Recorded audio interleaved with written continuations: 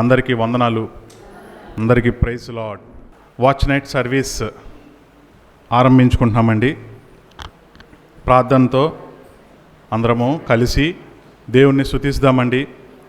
గత సంవత్సరం అంతా 2023 సంవత్సరము జనవరి 1 తారీఖు ఆదివారం నుండి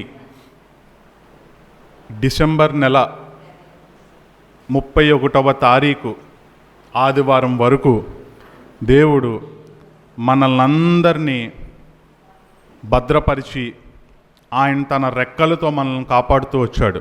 కోడి పిల్లలను తన తల్లి ఎలా అయితే కాపాడుకుంటూ వస్తాదో, మనల్ని సృజించిన మన సృష్టికర్త అయినటువంటి దేవుడైన యెహోవా యేసుక్రీస్తు ప్రభువారు మనందరినీ కాపాడుతూ వస్తున్నారు.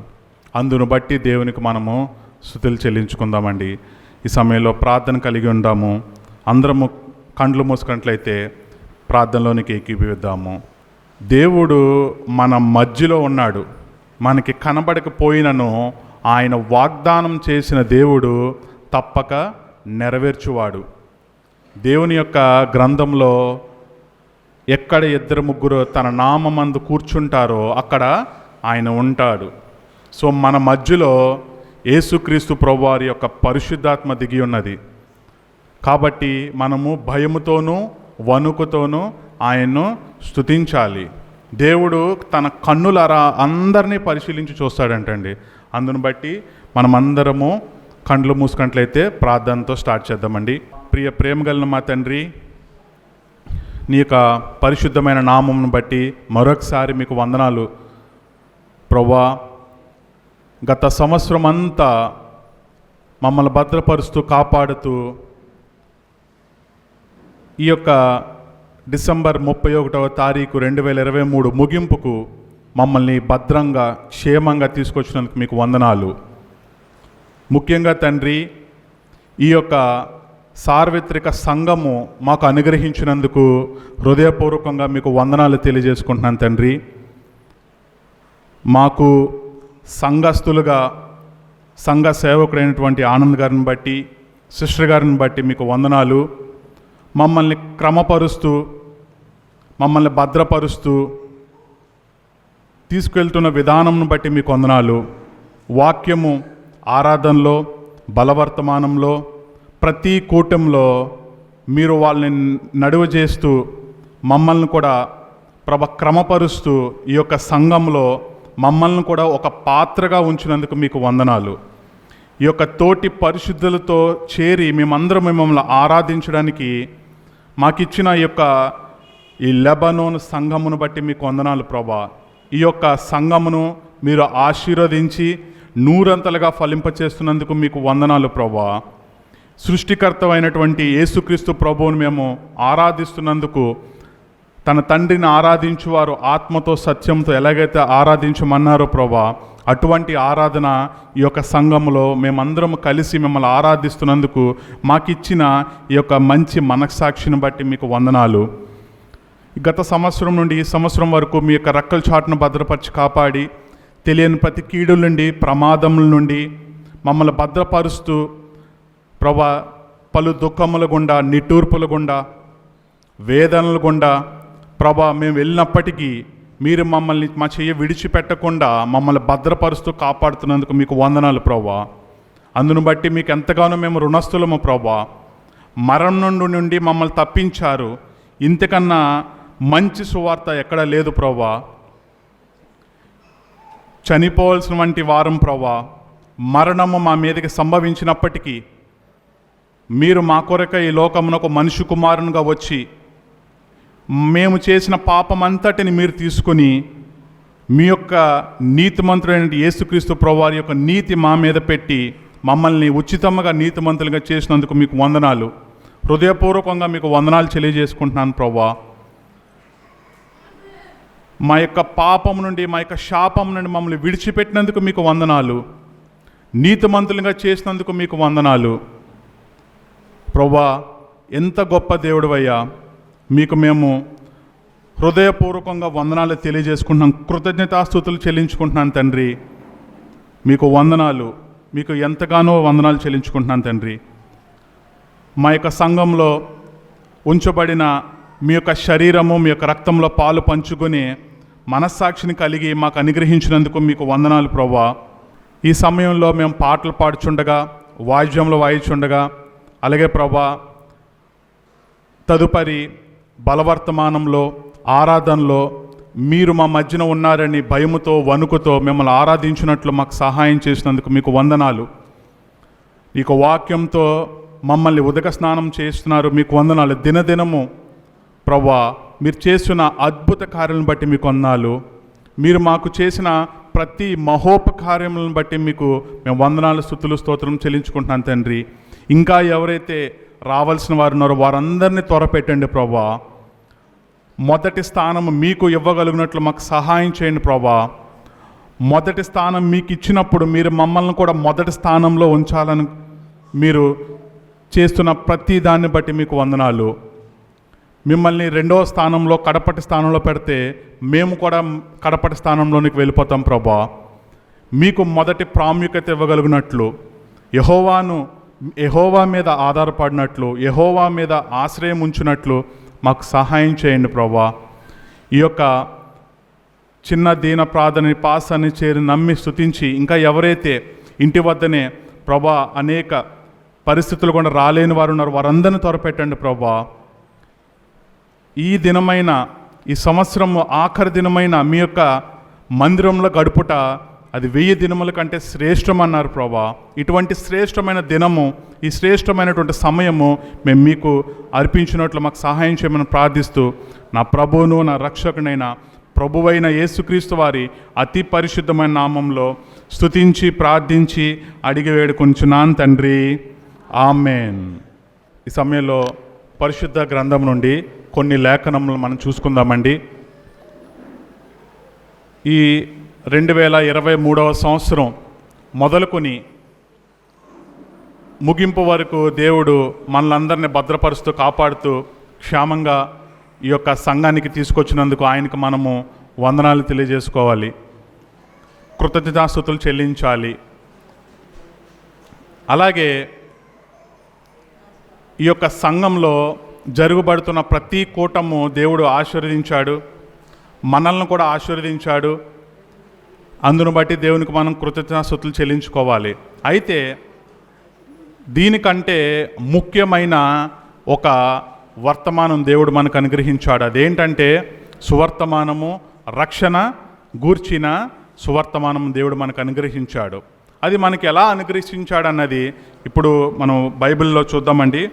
రోమీయులకు రాసిన పత్రిక 1వ అధ్యాయము 16వ వచనము. రోమీయులకు రాసిన పత్రిక 1వ అధ్యాయము 16వ వచనము. సువార్తను గూర్చి నేను సిగ్గుపడవాడను కాను, ఏలయనగా నమ్ము ప్రతివానికి మొదట యూదునికి గ్రీసు దేశస్థునికి కూడా రక్షణ కలుగజేయుటకు అది దేవుని శక్తి అయి ఉన్నది.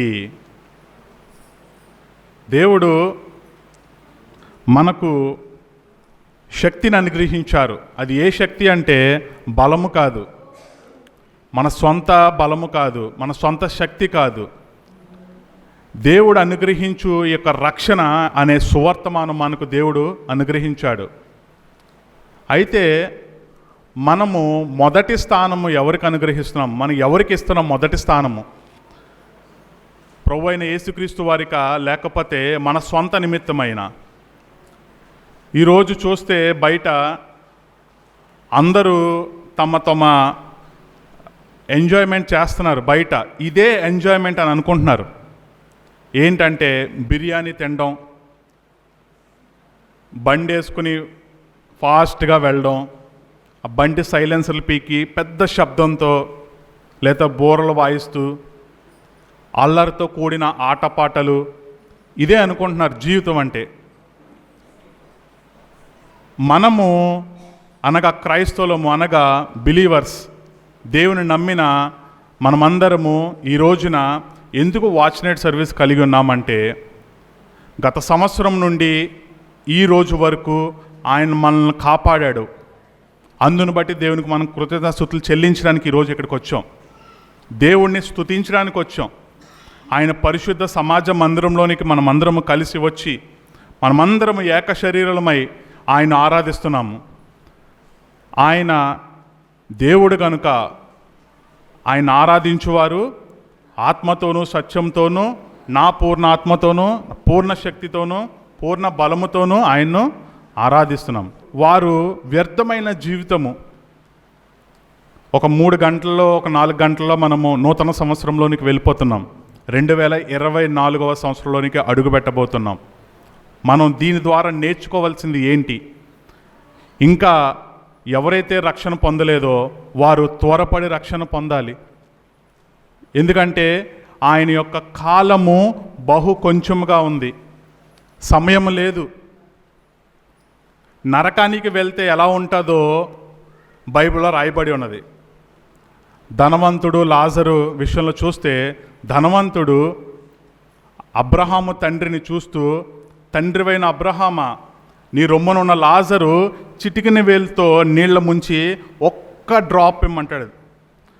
ఎంతగానో రిక్వెస్ట్ చేసుకుంటాడు, అడుక్కుంటాడు, ఒక్క చుక్క నీటి ఇవ్వవే, ఎంతో దాహం కలిగింది, ఎంతో దాహం కలుగుతుంది, ఒక్క నీటి బొట్టు నాకు అందించు. నిజంగానే మనం వాస్తవానికి చూసుకుంటే ఒక్క చిన్న బొట్టు నోట్లో వేసుకుంటే మనకి దాహం తీరుతుందండి? మనకి ఒక బొట్టు, ఒక వాటర్ డ్రాప్లెట్ నోట్లో వేసుకుంటే మన యొక్క దాహం తీరుతుందా? ఏమండి, తీరుతుందండి? ఒక్క డ్రాప్లెట్ వేసుకుంటే సరిపోతుందా? ఓ సంవత్సరం వరకు ఇంకా దాహం ఏదంటారా? ఏమండి, అయితే ధనవంతుడు వేడుకుంటున్నాడు. మళ్ళీ తర్వాత ఏమంటాడంటే, కింద భూలోకంలో నా సహోదరులు ఉన్నారు, వారికి ఈ సువార్తను అనుగ్రహించినట్లు నాకు సమయం ఇవ్వి, నేను కిందకి వెళ్ళి వాళ్ళకి నేను ఇలా ఉంటుంది నరకంలో, ఇంత బాధ, అగ్ని ఆరదు పురుగు చావదు, ఇటువంటి శ్రమ పొందే కన్నా యేసుక్రీస్తు ప్రభువారిని నమ్ముకున్నట్టు మేలు అని చెప్తానంటాడు. అయినా సమయము లేదు. ఈ సమయము వ్యర్థమైన జీవితంతో గడుపుతున్నారు. దేవుడు అంటే భయం లేదు, తల్లిదండ్రులు అంటే భయం లేదు, పెద్దవాళ్ళంటే భయం లేదు, ఇరుగు పొరుగు వారు చూస్తున్నారన్న ఒక భయం లేదు, ఇష్టానుసారమైన జీవితం గడుపుతున్నారు. అయితే తుదకు దేనికి వెళ్తున్నారంటే మరణ పాశంలోనికి వెళ్ళిపోతున్నారు. ఎంత భయంకరమైన స్థితి! మనము దేవునికి మొదటి స్థానం ఇస్తే మనం కూడా మొదటి స్థానంలోనే దేవుడు ఉంచుతాడు. నన్ను గణపరచు వారిని గణపరుస్తానంటున్నాడు దేవుడు. మొదటి స్థానం కోరుకుంటున్నాడు దేవుడు. ప్రతి దినము నీ దగ్గరికి వస్తాడు యేసుక్రీస్తు ప్రభువారు. ఆయన పరిశుద్ధాత్మతో నీ హృదయం అనే తలుపు దగ్గరకు వచ్చి తలుపు కొడతాడు. ఓ జేమ్స్, ఓపెన్ చేయి, నేను నీకు హృదయంలోనికి వస్తాను, నీవు కూడా రక్షణ పొందు. ప్రతి ఒక్కరి దగ్గరికి వచ్చేస్తాడు దేవుడు. దినదినము మనం ఆయన ప్రార్థిస్తున్నామా? దినదినము ఆయన యొక్క పరిశుద్ధ గ్రంథమును చదువుతున్నామా? గత సంవత్సరము మనం వాగ్దానాలు పొందుకున్నాం కదండి, అందరూ వాగ్దానాలు తీసుకున్నారు కదండి గత సంవత్సరము. ఆ వాగ్దానం గుర్తుందండి అందరికీ? వాగ్దానం ఇచ్చిన దేవుడు తప్పక నెరవేరుస్తాడు. మరి వాగ్దానాన్ని పట్టుకుని మనం దినదినము ప్రార్థన చేస్తున్నామా? నీకు నాకు ఇచ్చిన వాగ్దానాన్ని పట్టుకుని రోజు ప్రార్థన చేస్తున్నామా? లేదా ఆ వాగ్దానము తలగాడి కిందో మంచం కిందో బైబిల్ లోపల ఉంటుందా? అది నీవు నేనే పరీక్షించుకోవాలి. ఓ సహోదరుడా, ఓ సహోదరి, నా ప్రియ సహోదరుడా, నా ప్రియ సహోదరి, వాగ్దానము దేవుడు మనకు గ్రంథమంతా వాగ్దానాలే, గ్రంథ వాగ్దానంబులన్నీ ఆయనవే. ప్రతి వాక్యంతోనూ దేవుడు మనతో మాట్లాడతాడు. ప్రతి ఒక్క చిన్న వాక్యంతోనూ దేవుడు మనల్ని సరిదిద్దుతాడు. ప్రతి దినం ఆయన నీ దగ్గరికి వస్తాడు. ఓ ప్రియ సహోదరుడా, ఓ ప్రియ సహోదరి, నాకు నువ్వు ఎంత టైం ఇస్తున్నావు? రేపటి దినాన మనం అక్కడ నుంచున్నప్పుడు తీర్పులో నీవు నన్ను దేవుడు అడుగుతాడు, ఓ సహోదరుడా, ఓ సహోదరి, నీవు నాకు ఎంత సమయం కలిగి ఉన్నావు? రోజుకి 24 గంటల సమయము. ఎంత సమయము నీవు నాకు అనుగ్రహించావు? ఎంత సమయము నీవు మోకాళ్ళుండి నాతో మాట్లాడావు? వాగ్దానం ఇచ్చిన దేవుడు నెరవేరుస్తాడు. ఎలా నెరవేరుస్తాడంటే ఆ వాగ్దానాన్ని బట్టి మనం దేవుణ్ణి అడగాలి. మీరు దేవుణ్ణి అడగకయే పొందలేకపోతున్నారు. దేవుడు ఒకే ఒక సింపుల్ వర్డ్ అడిగాడు, ఒకే ఒక సింపుల్ సెంటెన్స్లో క్లియర్ చేశాడు మత్తయి సువార్తలో, అడుగుడి ఇవ్వబడును, నన్ను అడుగు ఇస్తాను, టేక్ ఇట్, అడుగు నన్ను నేను నీకు ఇస్తాను అంటున్నాడు. కానీ మనం ఏం చేస్తున్నాం? అడగట్లేదు అసలు. ఫస్ట్ ఆఫ్ ఆల్ నాకు 2017లో నాకు ఒక వాగ్దానం వచ్చిందండి. ఇర్మియా గ్రంథము 15వ అధ్యాయం ఆఖరి వచనము, దుష్టుల చేతిలో నుండి నిన్ను విడిపించదను. చూశాను, వాగ్దానం పట్టుకున్నాను. ఇదేంటి దుష్టుల చేతిలో నుంచి విడిపించడం ఏంటి? నాకు మంచి సంఘాన్ని ఇచ్చాడే దేవుడు, నాకు మంచి తల్లిదండ్రులను ఇచ్చాడే దేవుడు, నాకు మంచి భార్యని ఇచ్చాడే దేవుడు, నాకు మంచి పిల్లల్ని ఇచ్చాడే దేవుడు, నాకు ఒక మంచి సార్వత్రిక సంఘాన్ని ఇచ్చాడే దేవుడు, అన్నీ బాగానే ఉన్నాయి కదా, దుష్టుల చేతిలో నుండి విడిపించడం ఏంటి? ఇది కరెక్ట్ కాదు, ఇది ఎందుకో కరెక్ట్గా లేదు అని చెప్పి నేను మళ్ళీ నా ప్లేస్లోకి వెళ్ళి వాక్యాన్ని ఎవరికి చూపించకుండా దాన్ని మళ్ళీ బైబిల్లో పెట్టుకుని కూర్చున్నాను. పాస్టర్ గారు ఆ వాక్యాన్ని ఆ సెషన్ని ముగించి ఆఖరి ప్రార్థనలోకి వెళ్తున్నారు. వెళ్ళి చందా వేశాను, కూర్చున్నాను. అందరూ కండ్లు మూసుకుని ప్రార్థన చేస్తుంటే మళ్ళీ లేచి వెళ్ళి ఇంకొక వాక్యాన్ని తీసుకున్నాను. వాగ్దానం తీసుకుని బైబిల్లో పెట్టుకుని మళ్ళీ వచ్చి కూర్చున్నాను. ఆ ప్రార్థన జరుగుతుండగా, ప్రభువా ఒక మంచి వాగ్దానం ఇవ్వు ప్రభువా, గ్రంథంలో ఉన్న వాగ్దానాలన్నీ నీవే కదా ప్రభువా, నాకు ఒక మంచి వాగ్దానం ఇయ్యి, నా మనసు నిమ్మలపరచు అని చెప్పి నేను ఆ యొక్క వాక్యాన్ని తీసి చూస్తే మళ్ళీ అదే వాక్యం వచ్చింది, దుష్టుల చేతిలో నుండి నిన్ను విడిపించదను, బలాత్కారుల చేతిలో నుండి నిన్ను విడిపించదను అని చెప్పి వాక్యం వచ్చింది. ఇర్మియా గ్రంథం 15వ అధ్యాయం ఆఖరి వచనం. సేమ్ తీసిందేనేమో అనుకుని మళ్ళీ బైబిల్ అటు ఇటు తెరిస్తే రెండో వాగ్దానం కూడా అక్కడే పెట్టిన పక్కన దాంట్లో ఇది చూస్తే రెండు సరితో అలా వచ్చినాయి, దుష్టుల చేతిలో నేను విడిపించేదాను. కళ్ళు మూసుకున్నాను, ప్రార్థన చేసుకున్నాను, ప్రవ్వా నీవే సహాయం చెయ్యి, ఇది ఎందుకు నిమిత్తమే నాకు తెలీదు. అప్పట్లో నేను బెంగళూరులో వర్క్ చేస్తున్నానండి, టొయోటా షోరూంలో వర్క్ చేస్తున్నాను. అక్కడికి వెళ్ళాను. ఈ వాగ్దానం రోజు జ్ఞాపకం చేసుకునేవాడిని. అయితే ఆ సమయంలో ఎస్ఎస్సి అనే ఒక కాంపిటీషన్ పెట్టారు మా యొక్క గ్రూప్లో. అంటే sales skills competition or test అని అంటాం. అంటే మా యొక్క స్కిల్స్ ఎలా ఉన్నాయి అనేది వాళ్ళు ఒక టెస్ట్ పెడతారు. ఆ టెస్ట్లో పాస్ అయితే కనుక 1, 2, 3 ర్యాంక్స్ ఉంటాయి, వివిధ రకాలైనటువంటి ప్రైజ్ గిఫ్ట్స్ ఉంటాయి. అయితే నేను అందరూ ఏమంటున్నారంటే నా చుట్టుపక్కల ఉన్నవారు, వీడు వేరే రాష్ట్రాల నుంచి వచ్చాడు, వీడికి కన్నడ భాష రాదు కదా, తెలుగు ఇంగ్లీష్ ఇది మాత్రమే వచ్చు కదా, వీడెక్కడ చేయగలుగుతాడంటే నా పనిచేసే మేనేజర్ నన్ను సెలెక్ట్ చేసి ఆ జేమ్స్ బాగా చెప్తాడు, మంచి స్కిల్ ఉంది, ఇతను కూడా తీసుకోండి అంటే మా ఆఫీస్లో ఎవ్వరికీ ఇష్టం లేదు నేను ముందుకు రావడం. సరే ప్రార్థన చేసుకున్నాను. అయితే ఈ వాగ్దానాన్ని చదివేటప్పుడు ఇంకా ముందుకి కొన్ని 2-3 వచనాలు ముందుకెళ్తే అక్కడ క్లియర్గా రాయబడింది ఏంటంటే, నీవు నా తట్టు తిరిగిన ఎడల నేను నిన్ను గణపరచెదను, నీవు వారి తట్టు నాకు తిరగకూడదు, నీవు నా తట్టు తిరగాలి. అంటే నీవు నా వైపు చూడాలి, ఆయన వైపు చూడాలి. మనకి ఏదైనా చిన్న శ్రమ వస్తే పలానా బ్రదర్ దగ్గరికి వెళ్తే నేను ఆ మాట చెప్పుకుంటే నాకు కొంచెం ఓకే అనుకుంటాం. కాదు, నీ యొక్క వ్యక్తిగత జీవితంలో మొదటి స్థానం అది ప్రభువుకే. ఆయనకి మొదటి స్థానం ఇచ్చినప్పుడు నిన్ను కూడా ఆయన మొదటి స్థానంలో ఉంచడానికి ఇష్టపడతాడు. ప్రార్థన చేసుకున్నాను. ఆ సేల్స్ స్కిల్స్ కాంటెస్ట్కి వెళ్ళాను. ఒక ఫస్ట్ డే ఒక ఎగ్జామ్, సెకండ్ డే ఒక ఎగ్జామ్, థర్డ్ డే ఒక ఎగ్జామ్, 3 ఎగ్జామ్లు రాశాను. మొత్తం ఒక 2-3 డీలర్స్ ఉంటారు దాంట్లో. మాదొక డీలర్, నంది అనేది ఒక డీలరు, ఇంకొక 2-3 యశోద అనే డీలరు, ఇంకొకటి సమ్ అదర్ డీలర్ ఇంకొకటి వచ్చింది. మొత్తం 3 డీలర్స్లో ఆ రోజు అనౌన్స్ అవుతుంటే నేనైతే అనుకున్నాను, నేనైతే దీంట్లో ఖచ్చితంగా ఉండను. నేనైతే దీంట్లో ఖచ్చితంగా ఉన్నాను. ఎందుకంటే నేను జాయిన్ అయ్యి జస్ట్ 1 సంవత్సరంన్నర అవుతుంది అంతే. నేనైతే దీంట్లో ఉండను అని అనుకున్నాను, కానీ ప్రార్థన మాత్రం విడిచిపెట్టకుండా ప్రార్థన చేస్తూనే వచ్చాను. అన్ని డీలర్స్ నుంచి నేను 3rd ప్లేస్లో నుంచో పెట్టాడు దేవుడు నన్ను. ఎవ్వరూ నమ్మలేదు. నా ఫోన్లోకి ఆ గ్రూప్లో మెసేజ్ పెట్టేసరికి దాంట్లో పి జేమ్స్ పాల్ అని వచ్చేసరికి నాకే షాకింగ్ అనిపించింది. కళ్ళలో నుండి నీళ్లు తిరిగింది నాకు. మా మేనేజర్ లోపల నుంచి గట్టిగా శబ్దంతో జేమ్స్ అని గట్టిగా అరిచాడు. ఆయన లోపల నుంచి, నేను బయట నుంచున్నాను, పెద్ద శబ్దంతో అరిచాడు.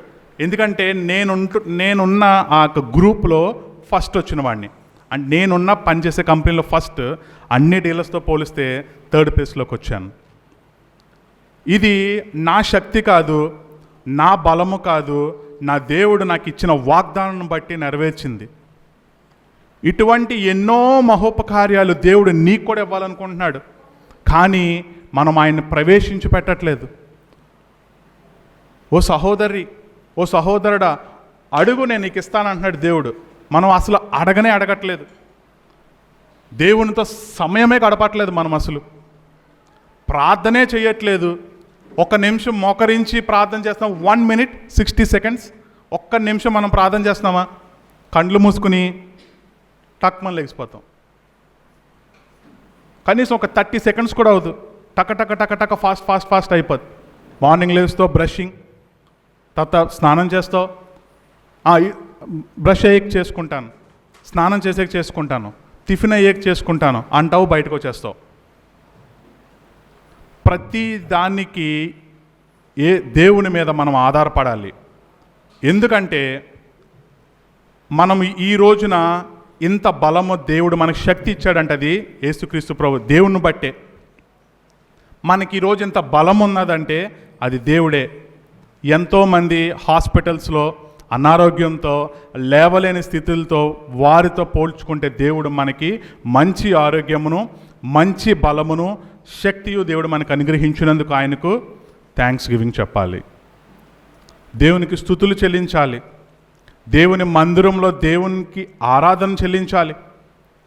దేవుడు మనకి ఇచ్చిన నోళ్లతో ఆయన స్తుతించాలి. దావీదికి ఒక గొప్ప మంచి టాలెంట్ దేవుడిచ్చాడు. అదేంటంటే ఆయన పాడతాడు, ఆయన సితారా వాయిస్తాడు, గంతులు వేస్తాడు, గానం కూడా పాడతాడు. ఒకేసారి మనము డ్యాన్స్ వేస్తూ పాడలేం, ఒక్కొక్కసారి వాయిద్యాలు వాయిస్తూ పాడలేం. కాబట్టి మనము దేవుని యొక్క పరిశుద్ధ స్థలంలో ఉన్నప్పుడు హృదయపూర్వకంగా నా పూర్ణ శక్తితో, నా పూర్ణ బలముతో ఆయనకు ఆరాధనలు చెల్లించాలి. విరిగి నలిగిన హృదయమే దేవునికి ఇష్టమై ఉన్నది. మనం ఇక్కడికి వచ్చింది మౌనంగా కూర్చుని ఈ చెవుతో విని బయటికి వెళ్ళిపోవడానికి కాదు. దేవుడు ఇస్తున్న ప్రతి వాగ్దానాన్ని మనం పట్టుకుని గట్టిగా ఆయనకు ఆరాధించాలి, ఆయన్ను స్తుతించాలి, ఆయనకు ప్రార్థన చేయాలి. ప్రతి దినము ఒక వాక్యం ఉంది, కీర్తన గ్రంథం మొదటిది, దివారాత్రము ధ్యానించువాడు ధన్యుడు. అది ఏ మానవుడు చెప్పట్లే, యేసుక్రీస్తు ప్రభువారు, దేవుడైన యెహోవా అయిన దేవుడు తండ్రి చెప్తున్నాడు ఆ మాట. దివారాత్రము నా వాక్యము ధ్యానించువాడు వాడు ధన్యుడు. ఇటువంటి గొప్ప వాగ్దానములు దేవుడు మనకందరికీ అనుగ్రహిస్తున్నాడు. ఆ వాగ్దానాలను పట్టుకుని మనం దేవుణ్ణి అడగాలి. ప్రతి దినము దేవుడి, ప్రభువా నువ్వు నాకు ఇచ్చిన యొక్క సువర్తమానము, ఈ రోమీలకు రాసిన పత్రిక 1వ అధ్యాయము 16వ వచనంలో ఆయన ఏం చెప్తున్నారంటే, సువార్తను గురించి నేను సిగ్గుపడవాడను కాను, సువార్త ప్రకటించడానికే నేను ఉన్నాను అంటున్నాడు పౌలు. అపోస్తలుడైన పౌలు ఏం చెప్తున్నాడంటే, నేను సువార్తను ప్రకటించడానికే నేనున్నాను, నేను సిగ్గుపడను వాను కాదు. ఎందుకు సిగ్గుపడట్లేదంటే నెక్స్ట్ వాక్యంలో, ఏలయనగా నమ్మువానికి రక్షణ కలగజేయడానికి ఏమనుందండి అక్కడ దేవుని శక్తి అయి ఉన్నది. దేవుడు మనకి శక్తి ఇస్తేనే మనము సువార్తను ప్రకటించగలం, దేవునితో మనం మాట్లాడగలం. దేవుని కార్యాలు, దేవుడు మన జీవితంలో చేసిన అద్భుత కార్యాలు మనం ఇతరులకి పంచగలం.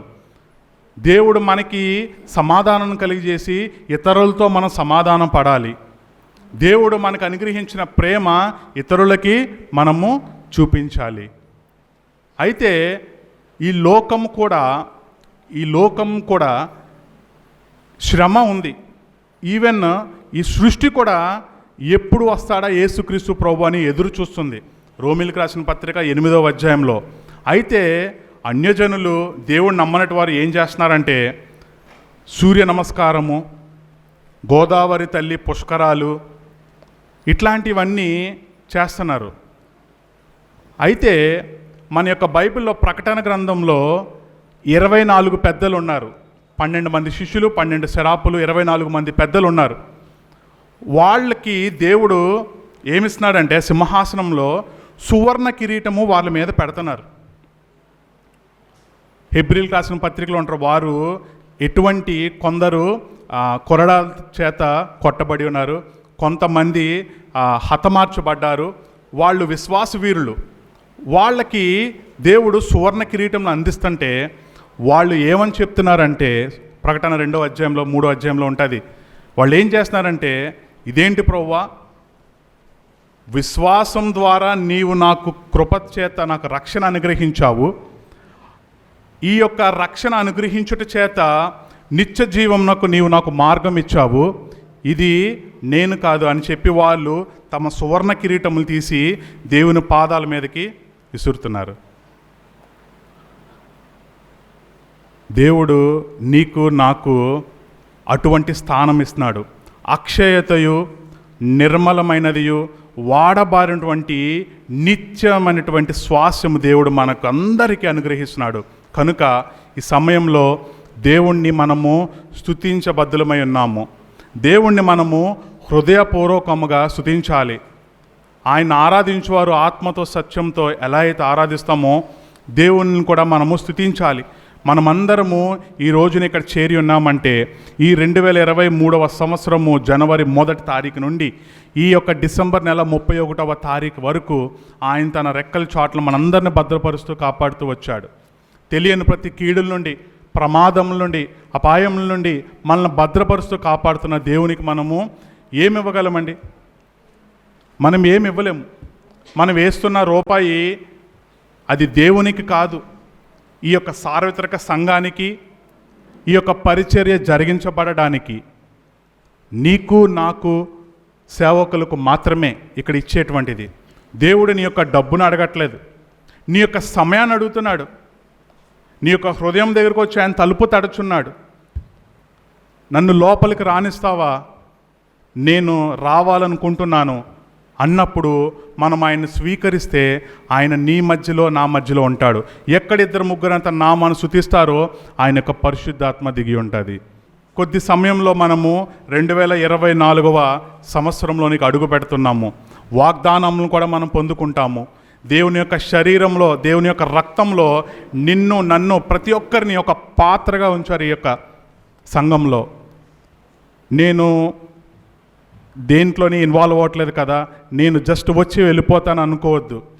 ఈ యొక్క సార్వత్రిక సంఘంలో మీరందరూ దేవుడు పరిశుద్ధులు అని పిలుస్తున్నాడు. తోటి పరిశుద్ధులతో మనమందరము ఏక శరీరమై దేవుని ఆరాధిస్తున్నాము. ఆయన యొక్క శరీరంలో, రక్తంలో మనందరము పాలు పంచుకుంటున్నాం. అందును బట్టి దేవుడు ఈ యొక్క వాక్య భాగాన్ని దీవించును గాక.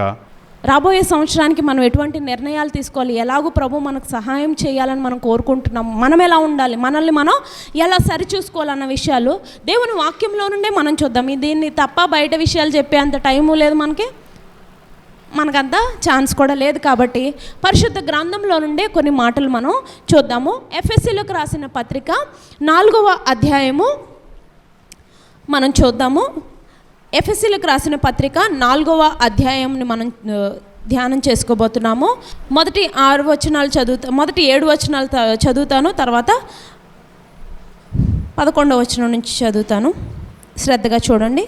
కాబట్టి మీరు సమాధానమును బంధము చేత ఆత్మ కలిగించు ఐక్యమును కాపాడుకొనుటయందు శ్రద్ధ కలిగిన వారే ప్రేమతో ఒకరినొకడు సహించుచు మీరు పిలువబడిన పిలుపుకు తగినట్లుగా దీర్ఘశాంతముతో కూడిన సంపూర్ణ వినయముతోనూ సాత్వికముతోనూ నడుచుకొనవలెనని ప్రభువును బట్టి ఖైదీనైన నేను బ్రతిమాలుకొనుచున్నాను. శరీరము ఒక్కటే, ఆత్మయు ఒక్కటే, ఆ ప్రకారము మీ పిలుపు విషయమై ఒక్కటే నిరీక్షణ యందుండుటకు పిలువబడితిరి. ప్రభువు ఒక్కడే, విశ్వాసము ఒక్కటే, బాప్తిస్మము ఒక్కటే, అందరికీ తండ్రి అయిన దేవుడు ఒక్కడే. ఆయన అందరికీ పైగా ఉన్నవాడై అందరిలోనూ వ్యాపించి అందరిలో ఉన్నవాడు. అయితే మనలో ప్రతివానికి క్రీస్తు అనుగ్రహించు వరము యొక్క పరిమాణము చొప్పున కృప ఇయ్యబడెను.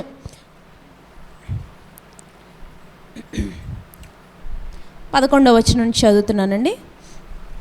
మనమందరము విశ్వాస విషయంలోనూ దేవుని కుమారుని గూర్చిన జ్ఞానము విషయంలోనూ ఏకత్వము పొంది సంపూర్ణ పురుషుల మగు వరకు స్త్రీల మగు వరకు అనగా క్రీస్తునకు కలిగిన సంపూర్ణతకు సమానమైన సంపూర్ణత కలవారు మగు వరకు ఆయన ఇలాగూ నియమించెను. పరిశుద్ధులు సంపూర్ణులగునట్లు క్రీస్తు శరీరము క్షేమాభివృద్ధి అందు పరిచర్య ధర్మము జరుగుటకును ఆయన కొందరిని అపోస్తలుగాను, కొందరిని ప్రవక్తలుగాను, కొందరిని సువార్తికులుగాను, కొందరిని కాపరులుగాను, కొందరిని ఉపదేశకులుగాను నియమించెను. అందువలన మనమిక మీదట పసిపిల్లలమై ఉండి మనుషుల మాయోపాయముల చేత వంచనతోనూ తప్పు మార్గమునకు లాగు కుయుక్తితోనూ గాలికి కొట్టుకొని పోవునట్లు కల్పింపబడిన ప్రతి ఉపదేశమునకు ఇటు అటు కొట్టుకొని పోవుచు అలల చేత ఎగురగొట్టినబడిన వారమైనట్టుండక ప్రేమ కలిగి సత్యము చెప్పుచు క్రీస్తు వలె ఉండుటకు మనము అన్ని విషయములలో ఎదుగుదము. దయచేసి శ్రద్ధగా వినండి. మనము క్రీస్తు వలె ఉండుటకు అన్ని విషయములలో ఎదుగుదము. ఆయన శిరస్సై ఉన్నాడు. ఆయన నుండి సర్వ శరీరము చక్కగా అమర్చబడి తనలోనున్న ప్రతి అవయవము తన పరిమాణము చెప్పున పనిచేయుచుండగా ప్రతి కీలు వలన కలిగిన బలము చేత అతుకబడి ప్రేమయందు తనకు క్షేమాభివృద్ధి కలుగునట్లు శరీరమునకు అభివృద్ధి కలుగజేసుకొనుచున్నది. కాబట్టి అన్యజనులు నడుచుకొనున్నట్లు మీరిక మీదట నడుచుకొనవలనది ప్రభువునందు సాక్ష్యమిచ్చుచున్నాను.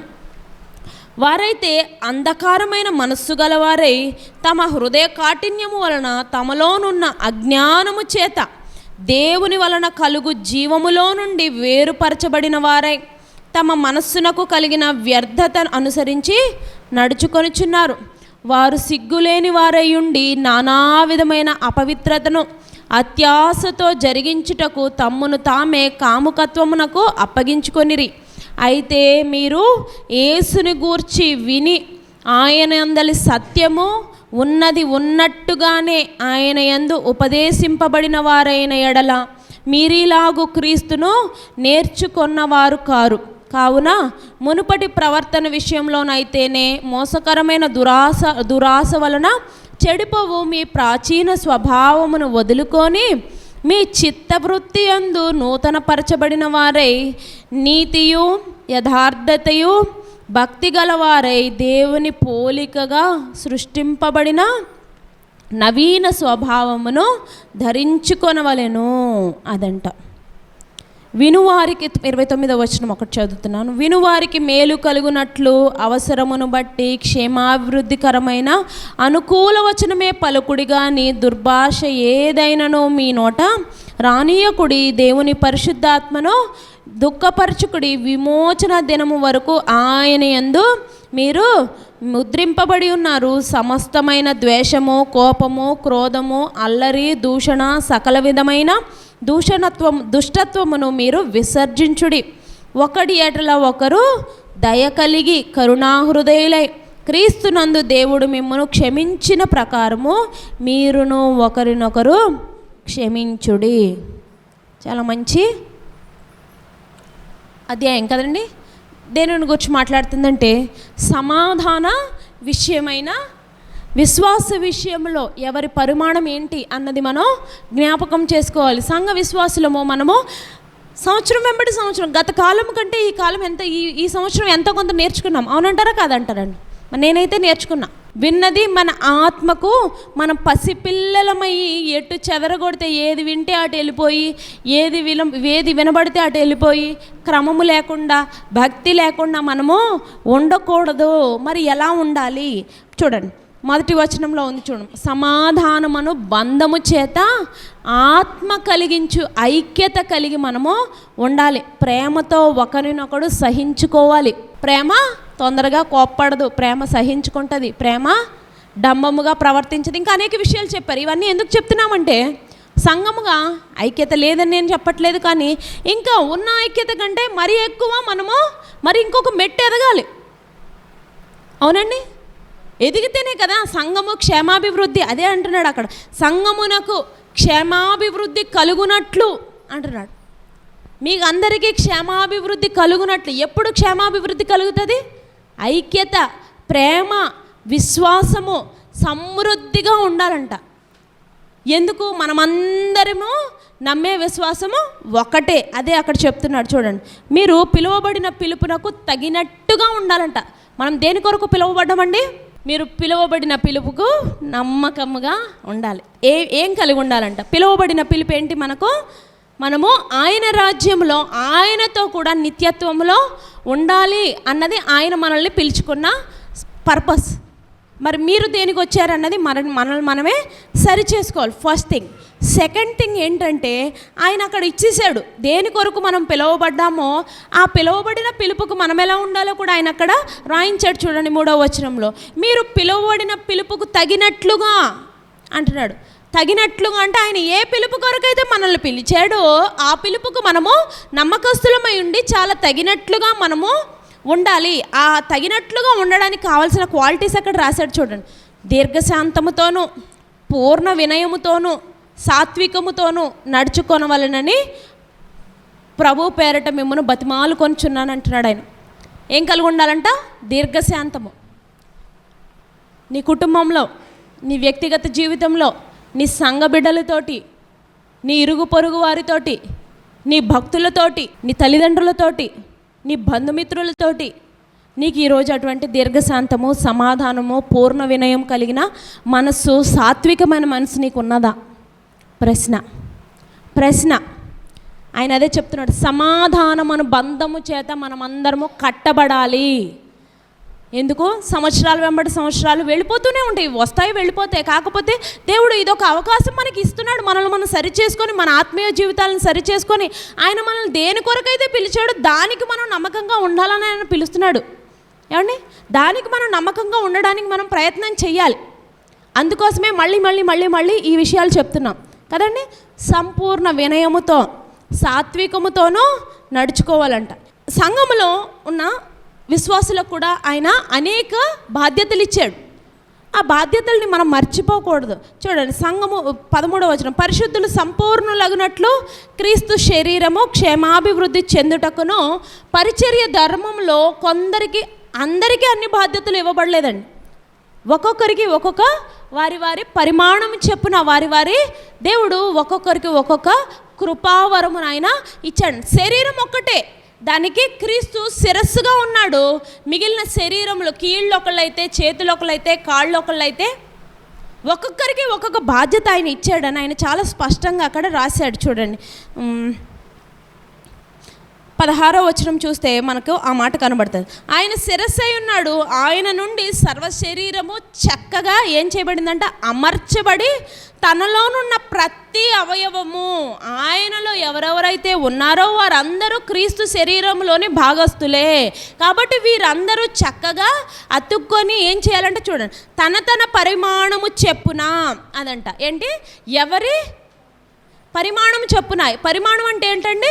ఎవరు ఎంత శక్తి కొలది, ఎవరు ఎంత చేయగలుగుతారో అంత మీరు చేస్తున్నారా? భక్తుడు అక్కడ అదే చెప్తున్నాడు.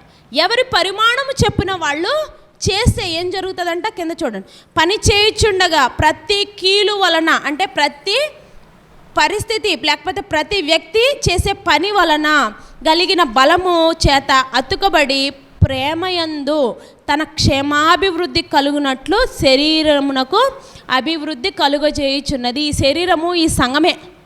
ఈ సంఘము నానాటికి అభివృద్ధి అవ్వాలి, నానాటికి అంచెలంచెలుగా ఎదగాలి, నానాటికి ఇంకా ఉన్న స్థితిలోనే ఉండిపోకూడదు.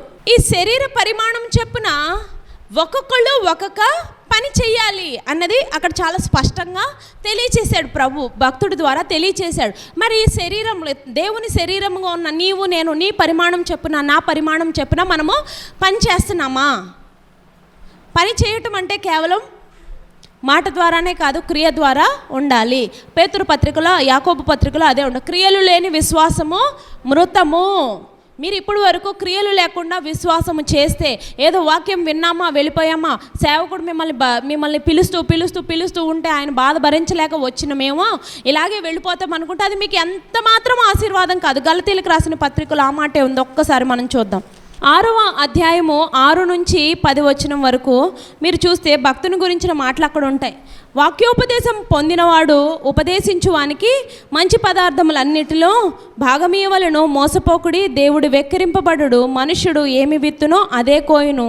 ఎలాగనగా తన శరీరేచ్ఛలను బట్టి విత్తువాడు తన శరీరమందు క్షయమగు పంటను కోయును, ఆత్మను బట్టి విత్తువాడు నిత్య జీవము అను పంటను కోయును. మనము మేలు చేయుట యందు విసుకగ ఎందుము, మనము అలయక మేలు చేసితిమే అని తగిన కాలమందు పంట కోతుము. కాబట్టి మనకు సమయము దొరికిన కొలది అందరి ఎడల మరి విశేషముగా విశ్వాస గృహమునకు చేరిన వారి ఎడలను మనము చేయుదము. మరి విశ్వాసముగా విశ్వాస గృహమునకు చేరిన వారి ఎడల మరి ఎక్కువ మేలు మనము చేయగలగాలంట. మనల్ని ఏంటి రివర్స్లో చేస్తారు, రివర్స్లో పని చేస్తుంది మన బండి. ఏమండి, మనము ఇంకా వేరే వాళ్ళు ఎవరికో చేయాలనుకుంటాం, మన విశ్వాసులకు మనం సచ్చినా చేయకూడదు. వీళ్ళ పాస్టర్ గారు వీళ్ళని మెచ్చేసుకుంటారు, పాస్టర్ గారు వీళ్ళని మెచ్చేసుకుంటారు కాబట్టి అసలు వీళ్ళని ఏదో రకంగా వీళ్ళ మీద ఏదో కంప్లైంట్ చెప్పాలనుకుంటాం తప్ప ఏ రోజు మనము అది కాదు. విశ్వాసులమైన మనకు అటువంటి యూనిటీ ప్రభు మన దగ్గర నుంచి కోరుకోవట్లేదు. కానీ ఆయన కోరుకుంటున్న యూనిటీ ఏంటంటే ఎవరి పరిమాణం చెప్పున ఎవరు చేయగలిగింది వాళ్ళు చేసినప్పుడే అది సంఘానికి క్షేమాభివృద్ధి. సంఘం అనే ఈ శరీరము నానాటికి క్షేమాభివృద్ధి కలిగి అనేకులకు ఆశీర్వాదకరంగా ఈ విశ్వాస గృహము ఉంటుంది. ఈ విశ్వాస గృహములోని విశ్వాసులందరూ ఈ విశ్వాస గృహములోనే సహ విశ్వాసుల ఎడల మీరు మేలు చేయటం నేర్చుకోండి. వారి అవసరతలను ఎరిగి వారి కొరకు ప్రార్థించే వారిగా ఉండండి. వారి అవసరతలలో వారి అక్కరలలో వారు నిజముగా వీక్గా ఉంటే వారిని మీరు బలపరిచే ప్రయత్నం చేయండి. అప్పుడే ఈ సంఘము కుటుంబముగా ఎదుగుతుంది. మనము ఎలాంటి విషయాలను బట్టి మనం సరి చేసుకోవాలి? మనకంటే ఎప్పుడన్నా ఎగ్జామ్స్లో పిల్లల్ని మనము ఎలా సరి చేస్తామండి? చూసావా, వాళ్ళకైతే ఫస్ట్ ర్యాంక్ వచ్చింది, నీకు 10th ర్యాంక్ వచ్చిందని గెస్ చేస్తాం, అవునా? వాళ్ళని లేకపోతే వాళ్ళని అలాగే ఖండిస్తాం. ఆ పిల్లోడు అయితే చక్కగా చదివాడు, నీకు అన్నీ పెడుతున్నావు, నువ్వేమో లాస్ట్ వచ్చావని మనం పిల్లల్ని తిడతాం. సేమ్ ఇప్పుడు మనకు కూడా అదే పరిస్థితి. మరి ప్రభు మనకు అన్నీ ఇచ్చినప్పుడు మనము మనకంటే బెటర్గా విశ్వాసములో, సేవలో, పరిచర్యలో, సేవకులకు సహకార విషయంలో, సంఘ పరిచర్య విషయంలో, ఏ పరిచర్య అయినా సంఘమునకు మేలు కలిగించే ఏ విషయంలో ఉన్న ఎవరైనా బెటర్గా చేస్తున్నారంటే వాళ్ళని చూసి మనం అరే వీళ్ళలాగా మనం ఉండాలి అని మనం నేర్చుకోవాలి. అంతేగాని వాళ్ళని కూడా కిందకే లాగేయకూడదు. చీమల గురించి అదే మంచి మాట ఉంది. వాళ్ళు ఏం చేస్తారు, చీమలు ఏం చేస్తాయంట, వేసవి కాలంలో చక్కగా జాగ్రత్తగా అన్ని లైన్గా ఒకరినొకరు లాక్కుంటే ఆ చీమలు ఎప్పటికీ ఆహారం సమకూర్చుకోలేవు. ఆ చీమలను చూసి మనం అదే నేర్చుకోవాలంట. సోమరుల వల్లే ఉండకుండా ఒక క్రమమైన పద్ధతిలో వెళ్తాయి. మీరు ఎప్పుడైనా చీమలను గమనించారా? ఒకరినొకరు లాక్కుంటారా? అందరూ చక్కగా ఏదో మంచి వరుసలో వెళ్తాయి ఆ చీమలు. ఎంత మన కంటికి కనబడే నలుసంత దానికి కూడా అంత జ్ఞానము అంత క్రమము అవే నేర్చుకున్నప్పుడు మనకి ఎంత తలకాయ ఇచ్చి ఇందులో ఇంత గుజ్జిచ్చి ఏమా నిజమే ఉన్నదే కదా చెప్తున్నాను, నేనేమి లేనిదేం చెప్పట్లే. ఇంత హెడ్ ఇచ్చి దీంట్లో ఇంత థాట్ ప్రాసెస్ ఇచ్చి ఇంత ఆలోచించే జ్ఞానం ఇచ్చిన మనము ఇంకా వాటికంటే బెటర్గా మనం పర్ఫామ్ చేయగలగాలి. సంఘంలోనే కాదు, సంఘ పరిచర్యలోనే కాదు, మీ కుటుంబ విషయాల్లోనే కాదు, ఇతరులతో మీరుండే బిహేవియర్లోనే కాదు, వీటన్నిటి వల్లనే మనము ఆయనకు సాక్షులమని పిలువబడతామని ఉదయం మనం చూసాం, అవునా? మన ప్రవర్తన సమస్త ప్రవర్తన యందు ఆయన అధికారంను ఒప్పుకున్నప్పుడే ఇలాంటి సాత్వికత, దీన మనసు, దీర్ఘశాంతము మనకు వస్తాయి. అదే ఆ మాట నేను చూపించాలనుకుంటున్నాను. 2 కొరింథీయులకు రాసిన పత్రిక 10వ అధ్యాయము 12వ వచనం మనం చూద్దాం. చూడండి. తమ్మును తామే మెచ్చుకొని కొందరితో జతపరచుకొనుటకైనను వారితో సరిచూచుకొనుటకైనను మేము తెగింపజాలము, కానీ వారు తమలో తామే ఒకరినొకరు బట్టి ఒకరు ఎన్నిక చేసుకొని ఒకరితో ఒకడు సరిచూచుకొన్నందున గ్రహింపలేక ఉన్నారు. అంటే మీలో ఉన్న వాళ్ళతోటే మీరే కంపేర్ చేసుకున్నారంటే మీరు అసలు ఎప్పటికీ మీరు ఎక్కడున్నారో ఏం చేస్తున్నారో గ్రహింపము. మరి ఎవరిని చూసి మనం నేర్చుకోవాలి? ఎవరో అక్కర్లేదు. ఏమండి, మీ ముందున్న మీ సేవకులను చూసి వాళ్ళ దగ్గర నుంచి నేర్చుకోవచ్చు. మీకంటే బెటర్గా పరిచర్యలో చేస్తున్న వాళ్ళని చూసి నేర్చుకోవచ్చు. మీ సమయమే కావచ్చు, మీ ధనమే కావచ్చు, మీ జ్ఞానమే కావచ్చు, మీ బలమే కావచ్చు, మీరు చేయగలిగిన మీ సమస్త బలములో మీరు చేయగలిగిన ప్రతి విషయాన్ని మీరు చేస్తున్నారా లేదా అన్నదే ప్రశ్న. అదే సరిచూసుకోవాలి. అక్కడ అదే చెప్తున్నాడు. మీలో మీరే మెచ్చుకొనుచు, మీలో మీరే గొప్పని ఎంచుకొని, మీలో మీరే ఒకరితో ఒకరు పోల్చుకున్నారనుకో, పక్క ఆవిడ కంటే నేను గ్రేట్ అనుకున్నారనుకో, ఇద్దరు కలిసి ఇంకా డౌన్ఫాల్, ఇంకా కిందకి వెళ్తారు. కానీ పైకి ఎదగాలి కదా, మనం పైకి ఎదగాలి కదా. పైకి ఎదగాలంటే ఏం చేయాలి? మనకంటే బెటర్గా ఉన్న వాళ్ళని మనం చూడాలి. అరే మా సేవకుడిలాగా మేమెందుకు చేయకూడదు, మా సేవకుడిలాగా పరిచర్యకు మేమెందుకు వెళ్ళకూడదు, ఆయనలాగా ఆయన ఎందుకు ఇంటింటికి తిరగాలి, మేము తిరుగుతాం కదా అనుకున్న వాళ్ళు కొంతమంది చేస్తున్నారు. నేను ఆ విషయంలో అప్రిషియేట్ చేస్తాను. గడిచిన సంవత్సరం కంటే ఈ సంవత్సరం చాలా బెటర్గా చేస్తున్నారు. ఆ విషయాన్ని బట్టి నేను చాలా సంతోషిస్తున్నాను, ప్రభుని నేను స్తుతిస్తున్నాను. మరి మిగిలిన వారు, దేవుడు అందరికీ శరీరంలో ఉన్న ఆయన క్రీస్తు శరీరంలో మీరందరూ అమర్చబడ్డారు, అతికింపబడ్డారు. దేని విషయమై? సంఘ క్షేమాభివృద్ధి కొరకు. ఈ సంఘంలో ప్రభు మిమ్మల్ని నాటినప్పుడు వీటన్నిటి విషయంలో మనము జాగ్రత్తగా చూసుకొని పరిచర్య విషయంలో ఎంతకంటే బెటర్గా మనము చేయగలగాలి. 1 పేతురు 3వ అధ్యాయము 13 నుంచి 15 నుంచి 21 చదివితే సరిపోతాయి. మీరు మంచి విషయంలో ఆసక్తి గలవారైతే మీకు హాని చేయువాడెవడు? మీరు ఒకవేళ నీతి నిమిత్తము శ్రమపడినను మీరు ధన్యులే. వారు బెదిరింపునకు భయపడకుడి. నిర్మలమైన మనస్సాక్షి కలవారే మీలో ఉన్న నిరీక్షణను గూర్చి మిమ్మును హేతువు అడుగు ప్రతి వానికి సాత్వికముతోనూ భయముతోనూ సమాధానము చెప్పుటకు ఎల్లప్పుడూ సిద్ధపడి ఉండి మీ హృదయములందు క్రీస్తును ప్రభువుగా ప్రతిష్ఠించుడి. అప్పుడు మీరు దేని విషయమై దుర్మార్గులను దూషింపబడుదురో దాని విషయమై క్రీస్తునందున్న మీ సత్ప్రవర్తన వలన మీ మీద అపనింద వేయువారు సిగ్గుపడుదురు. అర్థమైందండి? కొన్నిసార్లు వీళ్ళు చర్చిలకి వెళ్తున్నారు కానీ ఏం చేస్తున్నారని ప్రశ్న వస్తుంది. అదే అడుగుతున్నాడు అక్కడ. మీ మీద నిందేసే వరకు మీ సత్ప్రవర్తన వల్లనే సమాధానం చెప్పగలగాలి. అవునా? వెళ్తున్నాము వస్తున్నాము అంటే మనలో మార్పు కనబడాలి. ఒక మనిషి మారాలి అంటే దేవుని వాక్యము తప్ప వాళ్ళని మార్చగలిగే ఆయుధం ప్రపంచంలో ఏమీ లేదు. దేవుని వాక్యానికి మనం లోబడాలి, ఆయన చెప్పిన మాటకు లోబడాలి, ఆయన మాటను మనం గ్రహించుకోవడం ఇంపార్టెంట్. విని విడిచిపెట్టడం చాలా ఈజీ. అప్పుడు ఎన్ని రికార్డులు బ్రేక్ అయినా ఎంత చెప్పినా ఇలాగా అరగదీసిన రికార్డులాగే ఉంటుంది. కానీ అది మన ఆత్మీయ జీవితాలను మనం సరిచేసుకునే దానిలాగా ఉండాలి. ఎందుకంటే మనము దేవుని విషయంలో ఆయనకి సాక్షులంగా నిలబడబోతున్నాం. ఆయన న్యాయ సింహాసనం ఎదుట మనం నిలబడబోతున్నాం ఒకానొక దినం. ఈ సంవత్సరం కాకపోతే వచ్చే సంవత్సరం. ప్రభు ఈ సంవత్సరం మనకు అవకాశం ఇచ్చాడు ఈ వాక్యాన్ని వినటానికి, మనల్ని సరిచేసుకోవడానికి మరి ఒక అవకాశం ఇచ్చాడు. కాబట్టి మనం ఈ సమయాన్ని మనం సద్వినియోగం చేసుకోవాలి, మనల్ని మనం పరీక్షించుకోవాలి. ప్రభువుకి ఇంకా నమ్మకస్తులమై మనం జీవించినప్పుడే ఆయన కొరకు ఇంకా ఘనమైన కార్యములు, ఇంకా గంభీరమైన కార్యములు మనము చేయగలుగుతాం. గడిచిన సంవత్సరం కంటే ఈ సంవత్సరం బెటర్ అయ్యాము అనుకున్న వాళ్ళు చేతులు ఎత్తండి. అయ్యాము. మరి నేనైతే నిజంగా నేను వాక్యం చెప్పడమే కాదు, నేను కొన్ని నేర్చుకున్నాను, కొన్ని విడిచిపెట్టాను, కొన్ని బలపరుచుకున్నాను. మరి నా మట్టుకైతే నేను అంత గొప్పగా పోనీ 100% నేను చేయలేకపోయినా కొంతవరకు అయితే నేను చేయగలిగాను. అందుని బట్టి నేను ప్రభుని స్తుతిస్తున్నాను. నెక్స్ట్ ఇయర్ ఇంతకంటే బెటర్గా నేను చేయాలనుకుంటున్నాను. అది నా నిశ్చయత. కాబట్టి మీరేం నిశ్చయించుకుంటున్నారో ప్రార్థన చేసుకోండి. ఆయన శరీరంలో ఆయన పాలిభాగస్తులమై ఉన్నాం కాబట్టి మనము ఇంకా జాగ్రత్తగా, ఇంకా కొంచెం శ్రద్ధ కలిగి, భక్తి కలిగి, పరసంబంధమైన విషయాల మీద మనము మన దృష్టి ఉంచాలి. అప్పుడు ఏమవుతుంది? ఆటోమేటిక్గా మన కుటుంబము చక్కబడుతుంది. అక్కడ పరిస్థితి మారుతుంది, సంఘంలో పరిస్థితి మారుతుంది. మీరు ఇంకా అనేకులకు ఆశీర్వాదకరంగా ఉంటారు. ఈ సంఘానికి క్షేమాభివృద్ధి మీరు కలుగజేసేవారుగా ఉంటారు. మన సంఘంలో ఉన్నాము, మేలు పొందుకొని వెళ్ళిపోతే మరి సంఘానికి చేసేది ఎవరండి? విశ్వాసులే చెయ్యాలి. దేవునికి మీరు మాకేం చేయక్కర్లేదు, దేవునికి చేస్తే చాలు. మీతో పాటు ఒక విశ్వాసాన్ని మీరు తీసుకురాగలిగి ఒకళ్ళని నడిపించగలిగితే సంతోషం. ఒక్క ఆత్మ, ఒక్క నూతన ఆత్మ మా వలన వచ్చింది అన్న వాళ్ళ చేతులు ఎత్తండి. నా వలన ఒక్క ఆత్మ దేవుని రాజ్యంలో చేర్చబడింది అంటే ఎంతో సంతోషం. ప్రభు అల్టిమేట్గా ఆయన మన దగ్గర నుంచి కోరుకుంటున్నది అదే మనం చేయకుండా ఫెయిల్ అయిపోయామనుకోండి, నో పాయింట్. ఇన్ని వాక్యాలు వింటూ మనము ఇలాగ పాస్టర్ గారిని అడిగామనుకోండి, చాలామంది ఆయన లిస్టులోనే ఉన్నారు. గ్రేట్.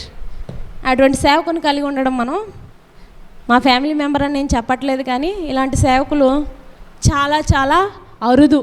మీరు చూస్తున్నారో చూడట్లేదో మాకైతే తెలియదు, కానీ నా అనుభవం, నా వ్యక్తిగత అనుభవం, నేను చూసిన సేవకుల్లో ఇలాంటి మా కుటుంబంలో ఉన్న సేవకులను చూశాను. నేను సేవకులను చూస్తూనే ఎదిగాను, సేవలోనే ఎదిగాము.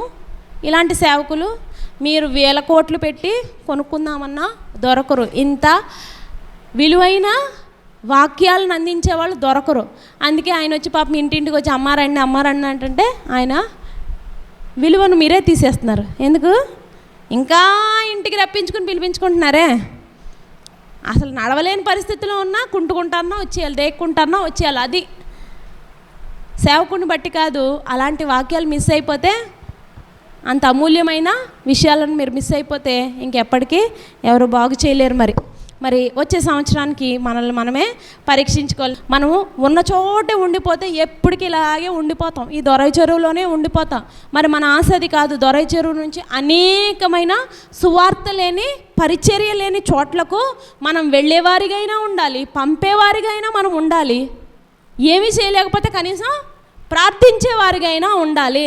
విజ్ఞాపనలు చేయడానికి మనం సంఘానికి వస్తున్నాము. పరిచర్య గురించి ఇంకా నమ్మకముగా, ఇంకా బలముగా, ఇంకా భారము కలిగి మనము ప్రార్థన చేయాలి. మరి అట్టి కృప దేవుడు మనందరికీ దయచేయను గాక. హగ్గయి గ్రంథాల నుంచి దేవుని వాక్యాన్ని మనం చూడబోతున్నాం. 31 ఉదయం అంతా దేవుని సన్నిధిలో గడిపాము, సాయంత్రం కూడా దేవుని సన్నిధిలోనే మనము గడుపుతున్నాము. మరి శిష్యులు ఎలా తయారవుతారంటే, ఎంత ఎక్కువ సమయము దేవునితో గడుపుతారో అంత బాగా శిష్యులుగా తయారవుతారు. ఎంత తక్కువ దేవునితో గడుపుతారో అంత తక్కువ శిష్యులుగా అవుతారు. సో అంచేత మరి జనరల్గా మనం ఎక్కువ సమయం గడిపే నెలలు బహుశా క్రిస్మస్ నెల, తర్వాత మార్చి, ఏప్రిల్, ఈస్టర్కి ముందు ఒక 40 days, అప్పుడే మనము దేవునితో సహవాసంలో ఎక్కువ సమయాన్ని గడుపుతాము. మరి మిగతా టైంలో ఎక్కువ సమయాన్ని మనం గడపం.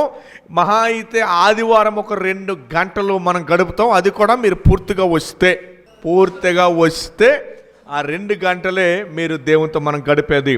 అయితే గమనించండి, శిష్యులు ఎలా తయారవుతారు ఆలకించండి. ఒక మంచి ఫుట్బాల్ ప్లేయర్గా అవ్వాలి అంటే ఎంతసేపు ప్రాక్టీస్ చేయాలి?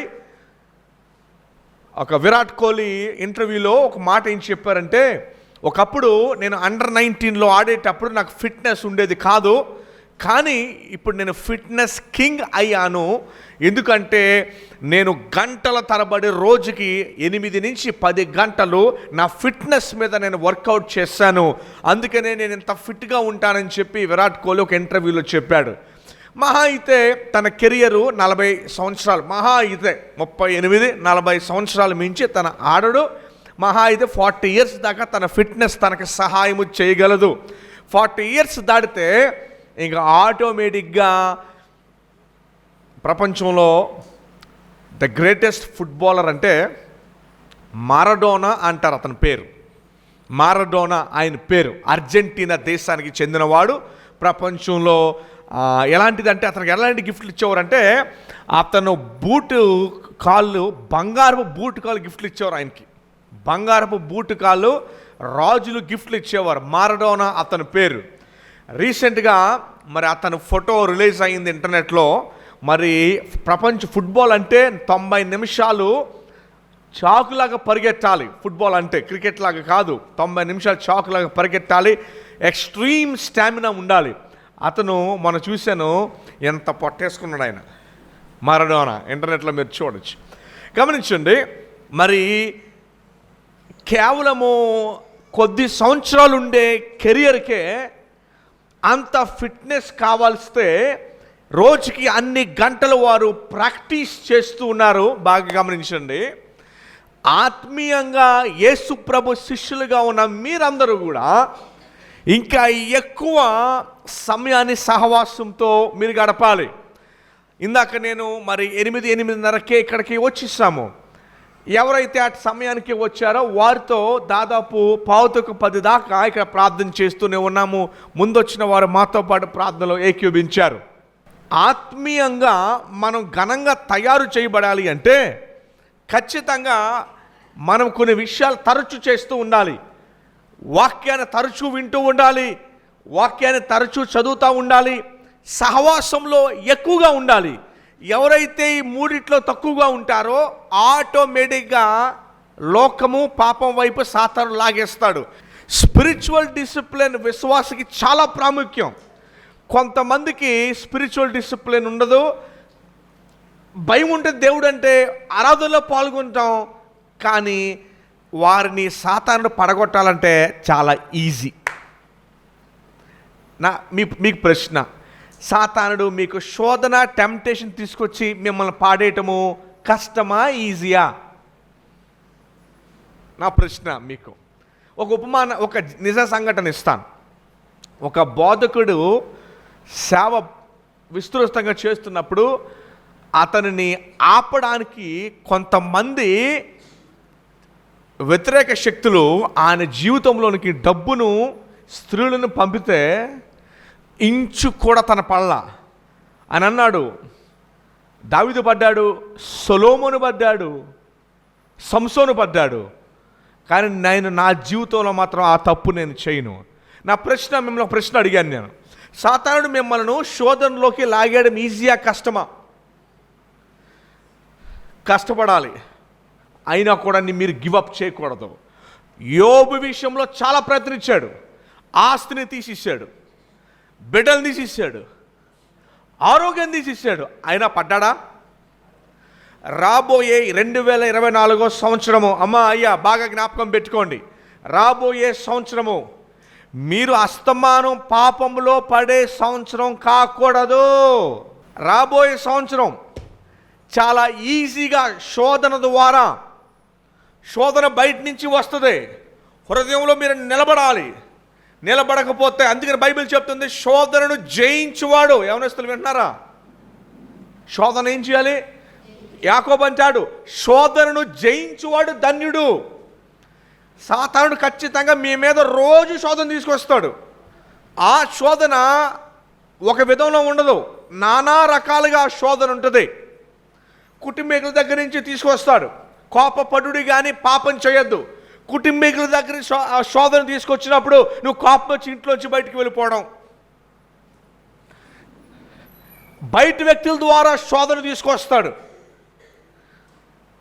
శోధనకు ఈ 2024 సంవత్సరము మీరు ఎప్పుడైతే స్పిరిచువల్ ఆత్మీయ వ్యాయామము చేస్తారో, నాకు కరెక్ట్గా 4 రోజుల క్రితము బ్యాక్ మజిల్ స్ట్రెయిన్ అయ్యింది.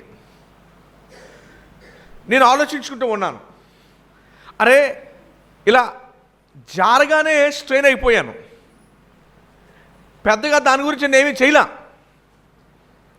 అలా జారగానే నేను స్ట్రెయిన్ అయిపోయాను. నేను అప్పుడు నేను అనుకున్నాను మనసులో, ఇది కేవలం ఫిట్నెస్ లేకపోవటం, ఇది కేవలము ఫిట్నెస్ లేకపోవడం వల్లనే ఎవరికైనా ఇలా జరుగుద్ది. మీకు అర్థమైందా?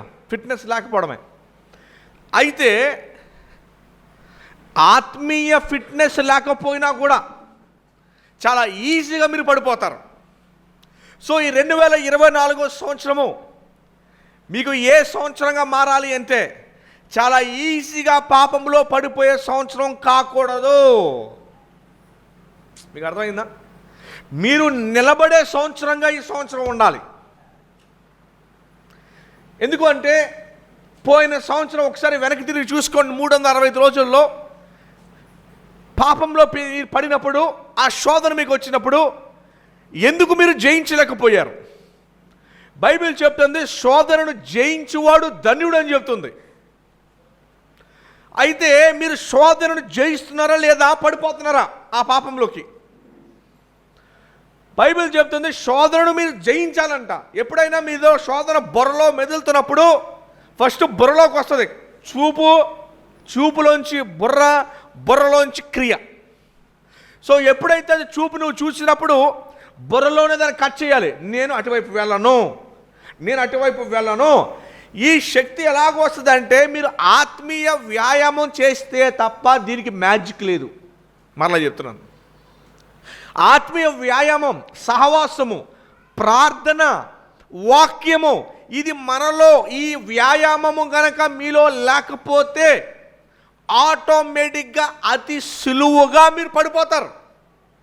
సో ఈ రాబోయే సంవత్సరము ప్రతి చిన్న ఆకర్షణలో, ప్రతి చిన్న ఇబ్బందుల్లో చాలా ఈజీగా మీరు టెంప్టేషన్లో పడకుండా ఉండాలి అంటే మీకు ఆత్మీయ వ్యాయామం చేసి చూడండి. ఒక 2 నెలలో మీరు పాపంలో పడకుండా ప్రతి విషయాన్ని జయించుకుంటూ వెళ్తారు.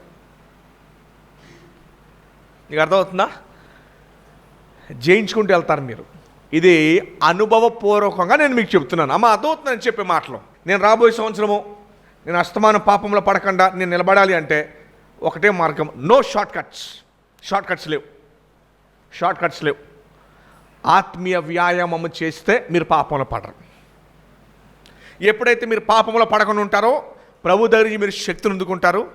మీ జీవితము వెళ్ళిపోతుంది. అద్భుతంగా మీ జీవితం వెళ్ళిపోతుంది. ఎందుకు మన జీవితం సంవత్సరాలు వెనక్కి నెట్టబడుతుందో తెలుసా?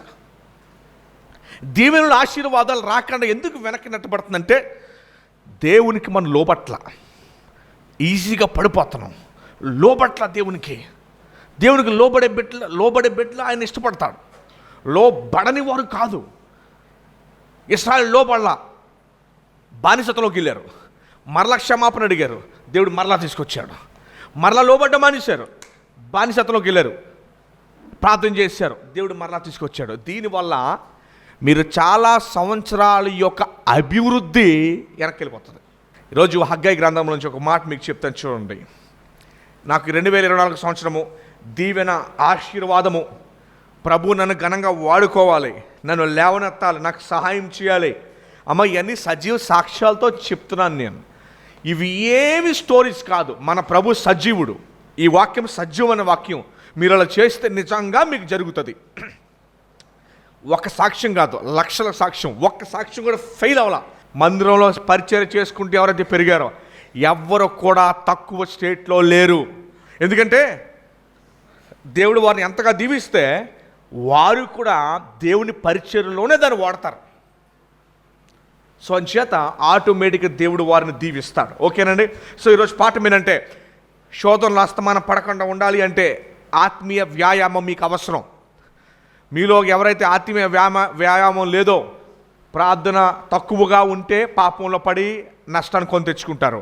సహవాసం తక్కువగా ఉంటే పాపంలో పడి నష్టాన్ని కొని తెచ్చుకుంటారు. తర్వాత బైబిల్ ధ్యానము. అమ్మ ఒకటే గుర్తుపెట్టుకోండి, ఒకసారి ఇక్కడ ఒక ఆయన సాక్ష్యం చెప్పాడు.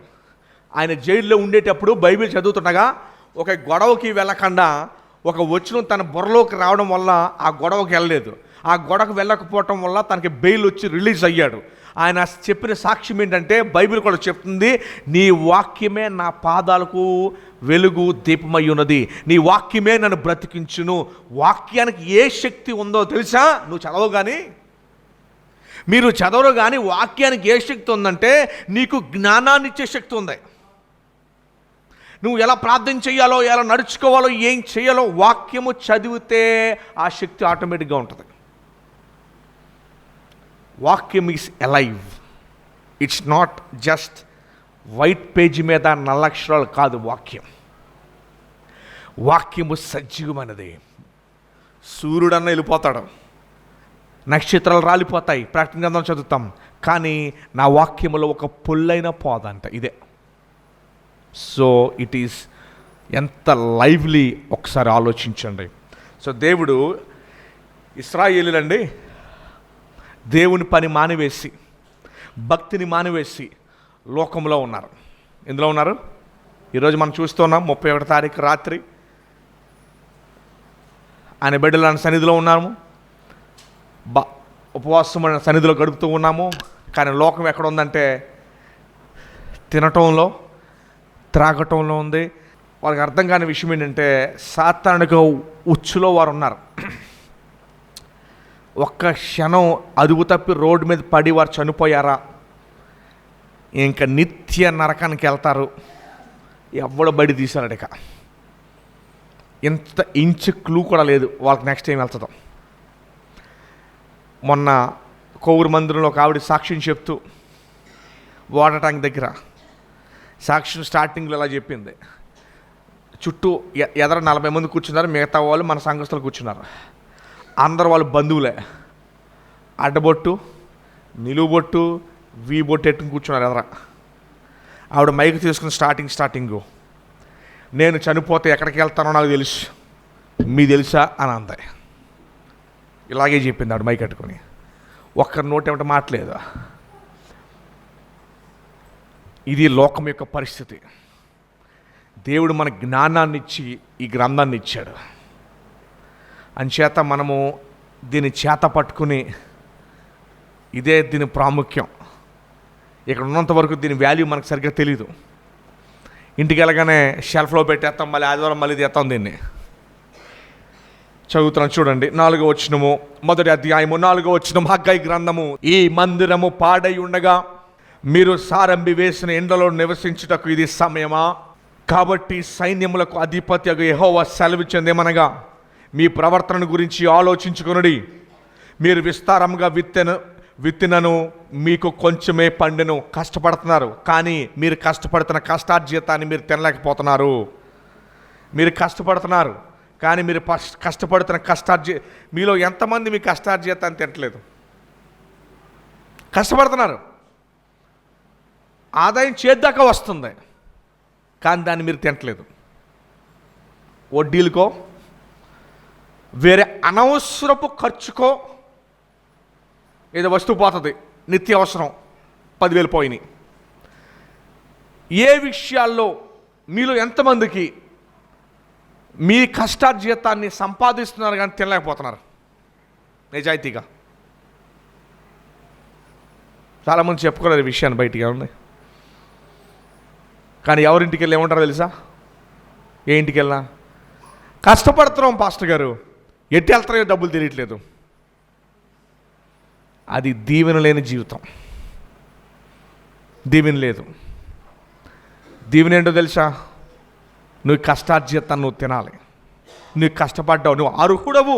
బైబిల్ చెప్తుంది జీతగాడు జీతానికి అర్హుడని బైబిల్ చెప్తుంది. మనం ప్రశ్నించుకోవాలి, దేవా ఎందుకు నా జీవితంలో ఎట్లా అవుతుంది? నువ్వు పెట్టిన రూల్ ఏంటంటే కష్టం చేసి నేను సంపాదించిన ప్రతి రూపాయి నేను దాన్ని తినాలి. అది దేవుడు మనకిచ్చిన హక్కు. అది బైబిల్ చెబుతుంది. జీతగాడు జీతానికి, ఎవరైతే యజమాని డబ్బులు ఇవ్వకపోతే దేవుడు ప్రశ్నిస్తాడని చెప్పాడు తీర్పు తీర్చిదినమందు. జీతగాడు జీతానికి అర్హుడు. అయితే మనలో చాలామంది మాట అంటూ ఉంటారు, పాస్టర్ గారు మేము కష్టపడుతున్నాం కానీ మా కష్టార్జితాన్ని మేము తినలేకపోతున్నాం, వృధాగా వెళ్ళిపోతుంది. చూడండి ఈ వాక్యం మన కొరకే. మీరు విస్తారంగా విత్తునను కొంచెమే పండుతుంది, మీరు భోజనము చేయుచున్నను ఆకలి తీరకయున్నది. కష్టపడుతున్నాం కానీ ఉపయోగం ఉంట్లా. పానము చేయుచున్నను దాహము తీరకయున్నది, బట్టలు కప్పుకొనుచున్నను చలి ఆగుకున్నది. పనివారు కష్టము చేసి జీతము సంపాదించుకొనును, జీతమంట చినిగిపోయిన సంచిలో వేసినట్టుగా ఉన్నది. డబ్బులు కనబట్లా.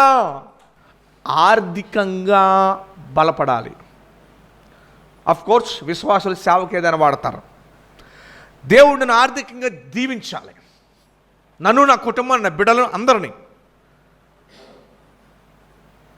ఎలాగ ఆర్థికంగా దీవించబడతాం? అమ్మా, అందరికీ ఆశ ఉంటుంది, నేను ఆర్థికంగా దీవించబడాలి, మెరుగైన పరిస్థితులకు వెళ్ళాలి, I have to go forward, move forward, ముందుకు వెళ్ళాలి. అందరికీ ఆశ ఉంటుంది. మన జీవితంలో ఆయన లేకుండా పర్వాలేదు, ఈ డబ్బులతో నేను సంతోషంగా ఉంటాను అనే భావము చాలా డేంజర్. సార్ అన్యులు దేవుడు నమ్ముకోలేదుగా, మరి కోట్లు సంపాదించుకొని దర్జాగా ఉంటున్నారు, వాళ్ళ పరిస్థితి ఏంటి సార్? ఈ ప్రశ్న కొత్త ప్రశ్నే, చాలా పాత ప్రశ్నే, బాగా గమనించండి. అన్యులకి ఇస్తుంది కూడా దేవుడే, అన్యులకి ఇస్తుంది కూడా దేవుడే, అది బైబిల్ చెప్తుంది. వర్షాన్ని అన్నిటిని వారి మీద కురిపిస్తున్నా. రేపు ఎవరికి ఎంత కొలమానంలో ఇవ్వబడిందో ప్రతి ఒక్కరిని దేవుడు లెక్క అడుగుతాడు. సో నో బడి విల్ ఎస్కేప్. అన్యులకి కూడా రేపు లెక్క ఉంటుంది. ఎవరికి ఎంత ఇవ్వబడిందో అంత లెక్క ఇవ్వబడుతుంది. నా స్నేహితులు చాలామంది ఉన్నారు. ఒక నర్సరీ ఆయన ఉన్నాడు, దాదాపు ఒక ఎన్నో 100 కోట్లునే, 2-3 కోట్లు కాదు. వారిని అందరిని కూడా రేపు దేవుడు లెక్కలో తీసుకొస్తాడు. మనకి ఎంత ఇవ్వబడిందో మన లెక్క అడుగుతాడు. కానీ నువ్వు ఆర్థికంగా దీవించబడాలి అంటే బైబిల్ అది చెప్తుంది. వీళ్ళు ఆర్థికంగా నష్టపోయారు ఇశ్రాయేలులో, కష్టపడతాను కానీ రూపాయి మిగలట్లా. ఒకటే గుర్తుపెట్టుకోండి, వెరీ ఇంపార్టెంట్. దేవా, నేను 100 రూపాయలు సంపాదించా, ఇదిగో ఈ 100 రూపాయల్లో నీ భాగం ఇది. నూతన నిబంధన దశమ భాగం గురించి మాట్లాడదు. నూతన నిబంధన ప్రేమతో ఇచ్చుడు గురించి మాట్లాడుతుంది. దానికి లెక్కలేదు దానికి. అందుకని కోల్గేట్ తయారు చేసిన పేస్ట్ వానరు 10% నుంచి మొదలై 90% ఇచ్చాడు, అంతగా దీవించబడ్డాడు. దీనికి లెక్కలేదు. దేవుని భాగాన్ని మనం చాలా సందర్భాల్లో ఏం చేస్తున్నాం, దేవుని భాగాన్ని మనం ఏం చేస్తున్నాం అని సేవకు వాడుతున్నామా, పరిచర్యకి ఇస్తున్నామా? First question. రెండవది, నీలో రియలైజేషన్ ఉందా, దేవా ఈ 50,000 రూపాయలు, ఈ 10,000 రూపాయలు నాకు ఇచ్చిన జీతం, నీవిచ్చిన శక్తిని బట్టి నేను దేన్ని తింటున్నాను. నేను ఈ రియలైజేషన్ మనకి లేకపోతే, బైబిల్లో చాలా సందర్భాలు ఉన్నాయండి. ఇశ్రాయేలు అండి వర్షం కోసం బయలుదేవత దగ్గరికి వెళ్ళారంట. ఎవరి కోసం, దేనికోసం, ఎవరి దగ్గరికి వెళ్ళారు? వర్షం కోసం బయలుదేవత దగ్గరికి వెళ్తే దేవుడు కోపం వచ్చి, రోషం వచ్చి అంటాడు, 3.5 సంవత్సరాలు ఆపేయండి వర్షం, రాలా చుక్కపడలా. మీరు వర్షం కోసం ఆధారపడి వెళ్ళారుగా, వెళ్ళి ఎక్కడికి వెళ్ళండి. వాళ్ళు ప్రాధేయపడిన చుక్కపడలా. అప్పుడు మరలా దేవుని దగ్గర క్షమాపణ అడిగితే అప్పుడు మరలా వర్షం పడింది.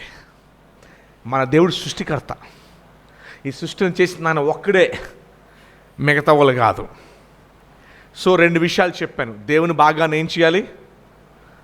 దేవునికి, అమ్మా మొన్న ఎవరో ఒక వాక్యం చెప్తాను బయట విన్నా, దేవుని డబ్బులు మన జేబులో ఉండకూడదు. చాలాసార్లు అనుకుంటారు, అయ్యో నాకు 10,000 జీతం, 1,000 రూపాయలు ఇచ్చేస్తే 9,000తో నేను ఎలాగా? పాస్టర్ గారుగా మీ డబ్బులు నేను అడగట్లా, బాగా గమనించండి. దేవుడు నాకు ఎలాగనిస్తాడు మీకు అర్థమవుతుందా? నేను ఎన్ని సాక్ష్యాలు నా పరిచర్యలో చూశానంటే అమోఘమైన సాక్ష్యాలు. ఒక చిన్న చెప్తాను.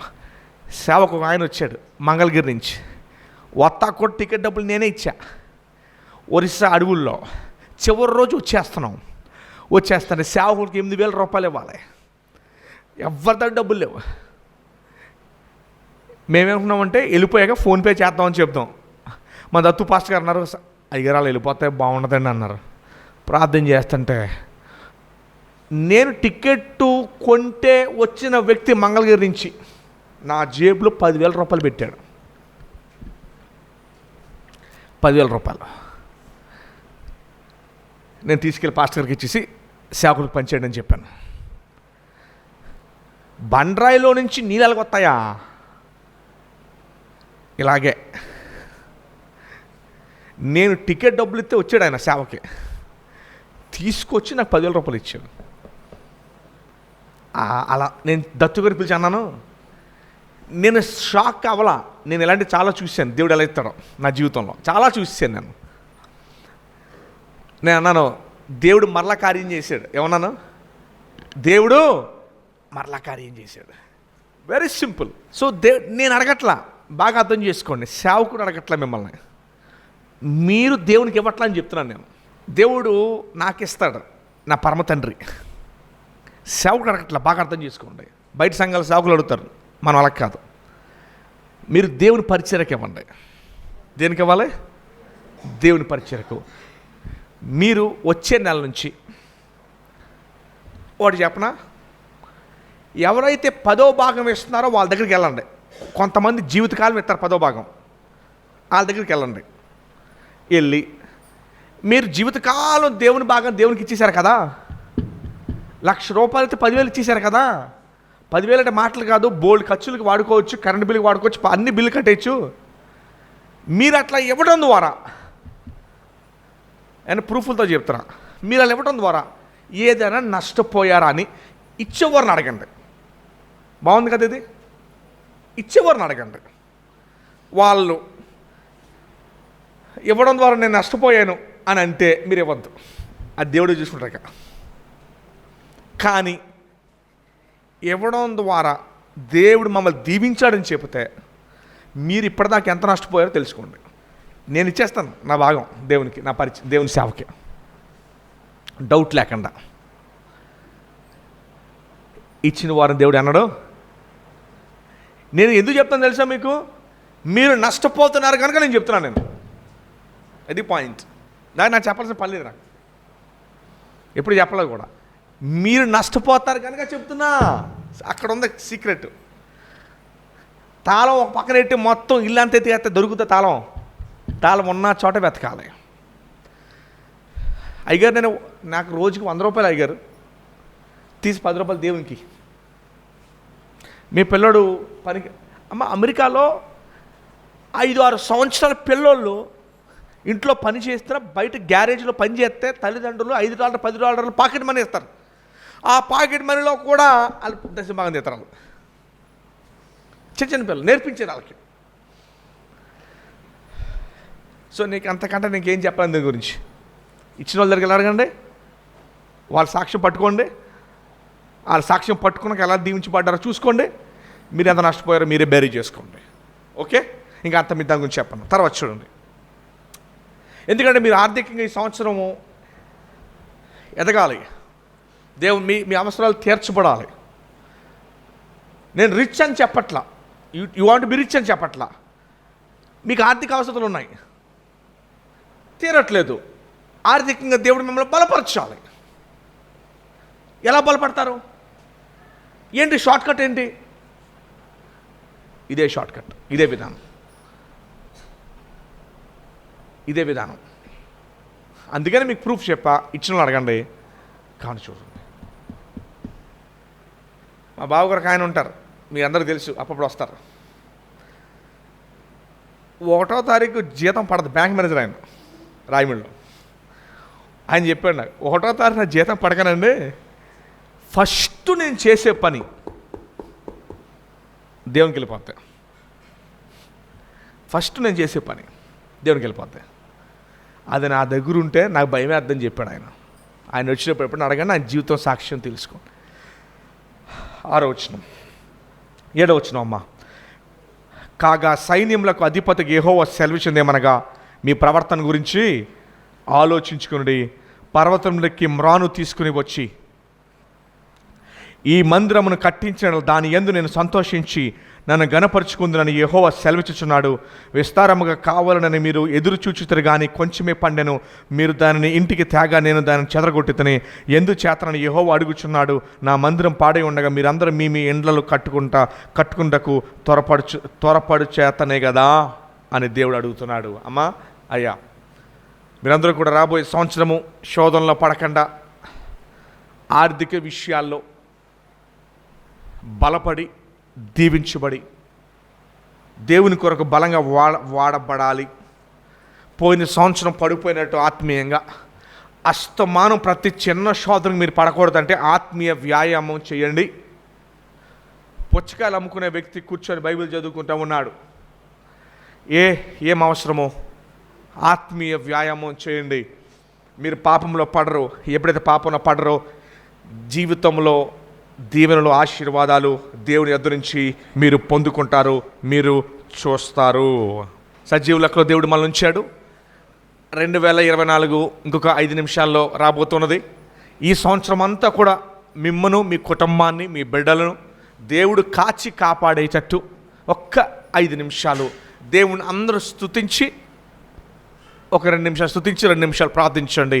2023 సంవత్సరంలో జరగకుండా ఆగిపోయినాయో, 24వ సంవత్సరంలో ఆ పనులన్నీ కూడా ముందుకు వెళ్ళునాగున.